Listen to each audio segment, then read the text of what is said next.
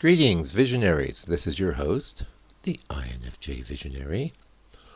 I think we did a broadcast about purpose already, but I was one of the things I wanted to talk about. Also, this is like we're wrapping up the year, and it's the holiday season. Very interesting, isn't how everything kind of shuts down. Now, on the island where I live, it shuts down even more since we are not in the same hemisphere as a lot of the rest of you. But yeah, I did a quick scan for INFJ purpose, right? And then I saw one of my other videos come up, and there's no question that we'll be repeating ourselves. But do you mind when you get up every morning? Do you mind having breakfast again? Do you mind getting in your vehicle and going somewhere and doing something yet again, talking to the people you love yet again? No, you don't. But you are constantly experiencing life at ever increasing levels of depth, I think. And either way, it's always you existing in the moment that's experiencing life. So your recollections of how you felt in the past are just that. They're recollections. And I recall a friend of mine once, somebody was, we were there having some coffee, and somebody was asking me about something having to do with my past. And my friend interjected. He says, the visionary doesn't care much about the wake, and I don't care about the wake the boat's making. I care about moving forward and experiencing, not just forward. I think you can fall into a trap of being too future centric. The best thing to do is to always be on that, surfing that cusp between the now and the future. And I do believe in I entertain beliefs, as I should say. So I don't actually believe in anything except that I know that I exist. I know that for certain. And anyone I've had people say, "Oh, well, do you really?" Yeah, if you're questioning that, you're basically mad, okay? And you have no basis to discern the truth anyway. So you have to have something that's a cornerstone of what you're going to judge the reality of anything else against. And I would say your own existence is probably the best, for that. Yeah. Now, of course, our friend the Buddha said he would say that sense of self is impermanent and therefore not the real self, or if there is it there. And it's funny when you call people that are into Buddhism out on the nihilism in it. No, he's not nihilist. Just misunderstanding of what he said. No, it really is nihilism, and it's a very pure form of it. I would say, as far as nihilism goes, if you want to be a nihilist, be a Buddhist nihilist. That's the best way. Yeah, I'm not a nihilist, though. I do believe that the one thing we can know is our feeling sense of existence. And that leads us back to purpose. And leads us back to INFJ purpose. I think, of course, every different type needs to have some sort of purpose of some type. Oh, I said type twice. And that could very much depend on. Now, some people are pretty happy to just cruise along, or are they happy? Do they even know what true happiness is? Because true happiness, in case you hadn't noticed, always involves struggle and suffering. And if you think you're going to achieve any kind of real happiness without some struggle and suffering, you won't, because the happiness is always there in contrast to what it took to accomplish that state, right? And also, as the Buddha was saying, yes, the happiness is transitory, but the whole point of his deal was the cessation of suffering. And again, I disagree with him on that. The complete cessation of suffering would mean the complete cessation of life having meaning.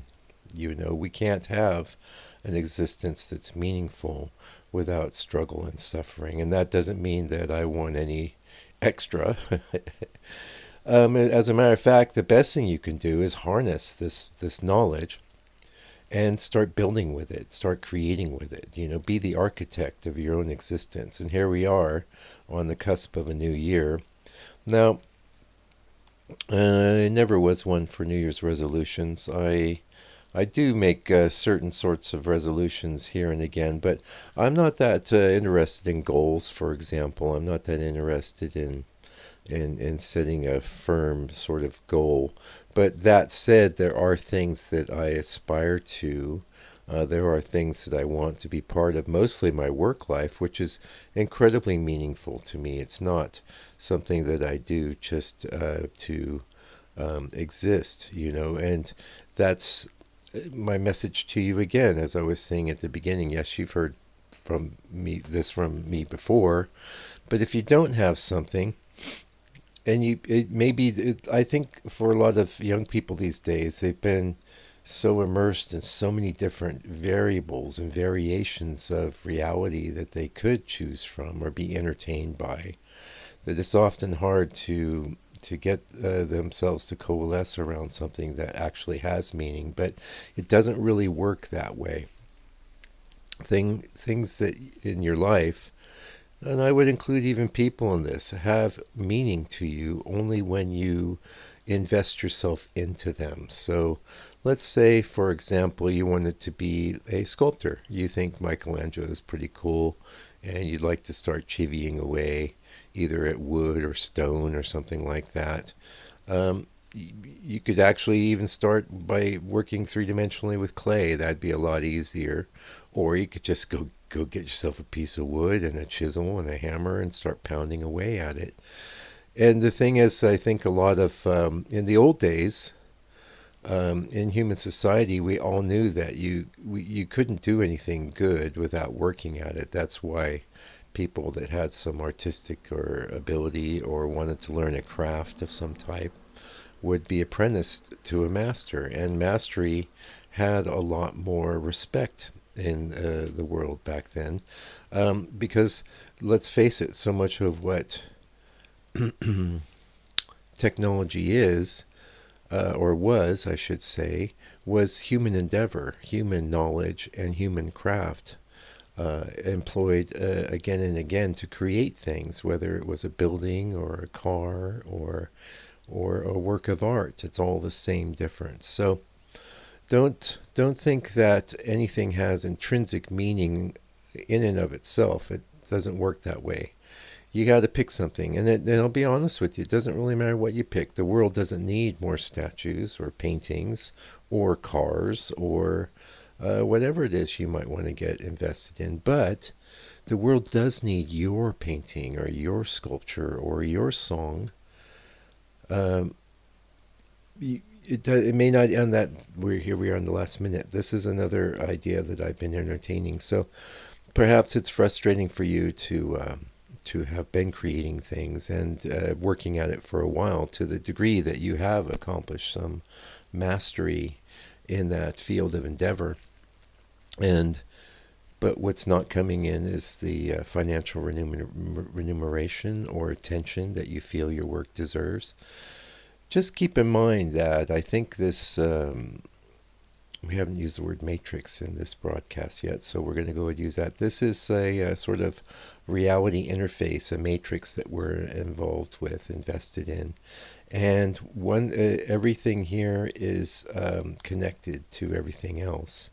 So the fact that you're working at and creating something masterful and that you're bringing meaning to life, it enhances and increases the value of all of reality, whether you're actually getting acknowledgement for it or not. You're basically rising the tide for all of humanity. And INFJ, you need to get comfortable with this idea, because unless you have a certain sort of gift for acting or something like that, and even then, we have the AI is going to be replacing a heck of a lot of actors coming up. So that's not what it used to be. But it's probably better just to find something, invest meaning in it, and develop mastery, and just enjoy that. Let that be your reward. Anyway, until they come back in another day, keep on keeping on, INFJ.